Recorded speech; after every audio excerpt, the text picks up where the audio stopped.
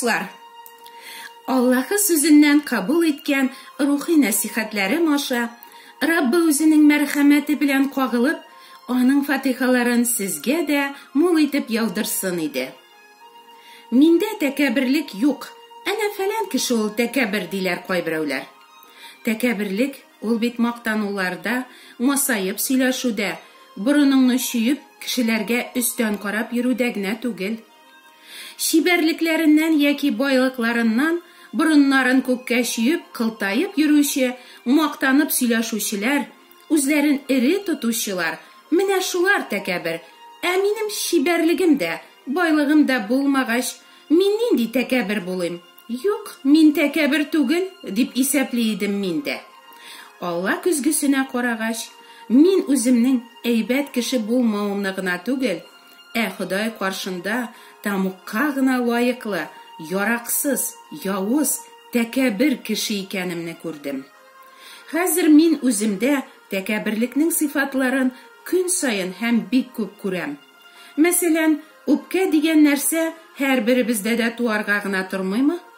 Безне мыскыл итсәләр дә, соңга сукмасалар да, безнең яхшы киңәшебезне кабул итмәсәләр дә, безгә әзрәк кырын карасалар да, ярдәм итәргә ашыкмасалар да, кызганмасалар да, без лаек дип исәпләгән ихтирам, хөрмәтне күрсәтмәсәләр дә, безне башкалардан түбәнгәрәк куйсалар да, без эшләгән эшкә тиешле бәяне бирмәсәләр дә, безгә ышанып бетмәсәләр дә, безнең турыда бик үк дөресен әйтмәсәләр дә, санап бетергесез күп очракларда тәкәбберлек үзен үпкә аша күрсәтә.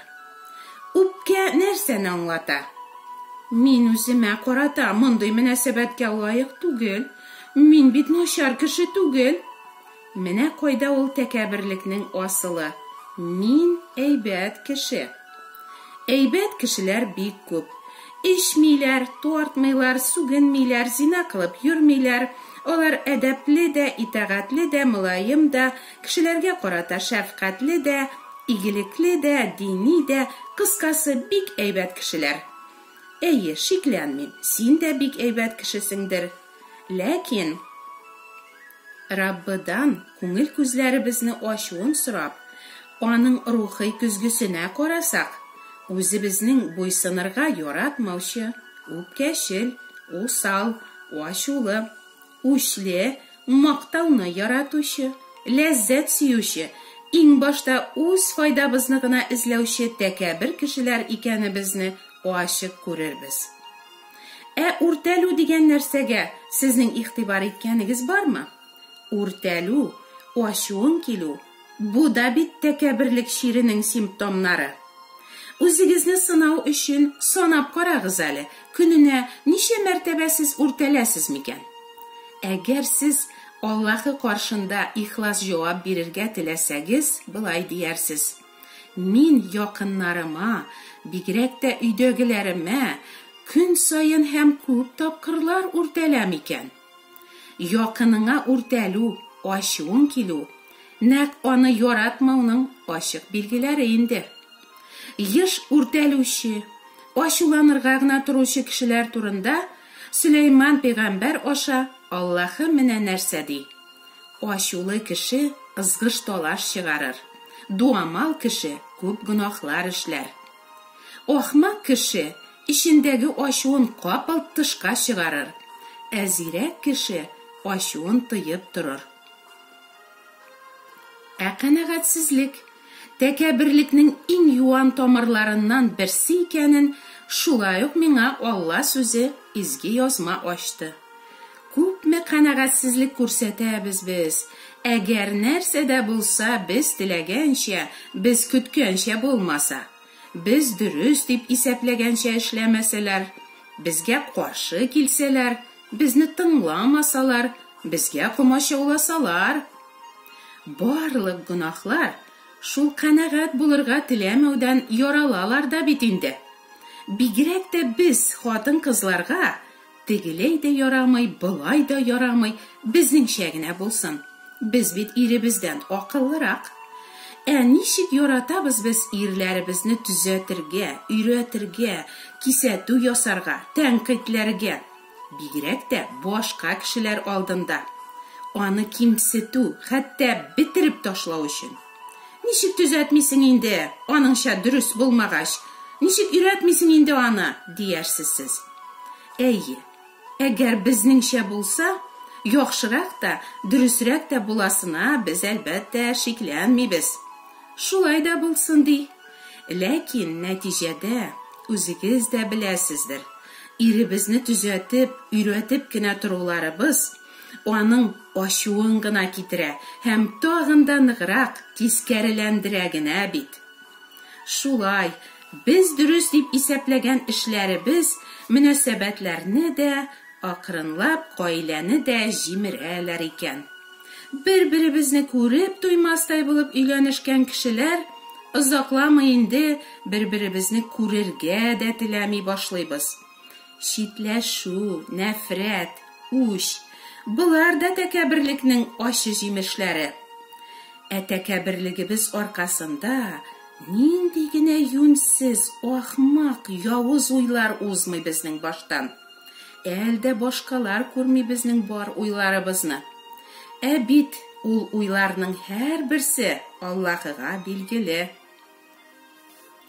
Көнчелек, ялган, хөкем итү, гаепләү, хурлау, фаш итүне, тәнкыйтьне кабул итмәү, өйрәткәнне яратмау, үз-үзеңнән бик канәгать булу, буйсынырга теләмәү, икейөзлелек һәм башка гөнаһларның анасы да шул ук тәкәберлек.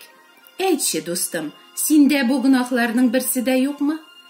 Әгәр син ялганны кире кагып, ихлас тәүбәгә беренче адымны ясарга теләсәң, мин дә җирәнгеч гөнаһлар кылып яшәүче тәкәбер кеше икәнмен дип әйтерсең.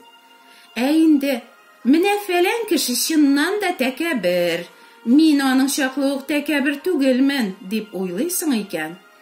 Ул чакта син үзеңне ул кешедән яхшыракка санап, никадәр тәкәберләнүеңне әле хәтта аңламыйсың да. Аллаһының мәрхәмәте сине дә терелтеп, рухи күзләреңне ачсын иде дип, синең өчен дә дуа кылам, дустым. Алла сүзе, барысы да гөнаһ кылдылар.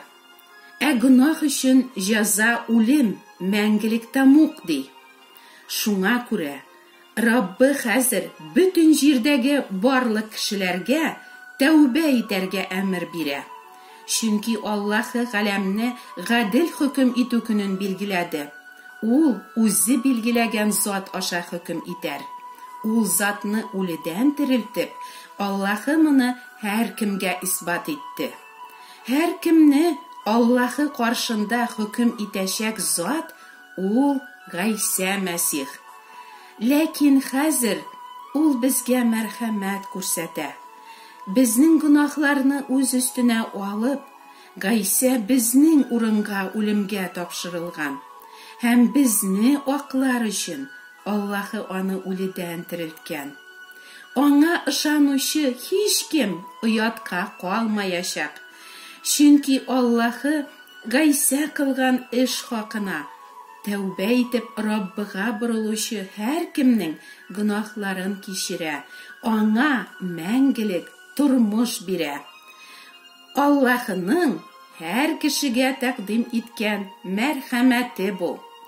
Дусларым, мәрхәмәт капкалары ачык чакта. Ышаныгыз Аллаһының вәгъдәләренә. Ул бит һич кайчан ялган вәгъдәләр бирми. Ходай насип итсә, алдагы чыгышымда сезгә бер бик яхшы кешенең дуасы турында сөйләргә телим. Раббы сезне дә, якыннарыгызны да фатихаласын. Амин.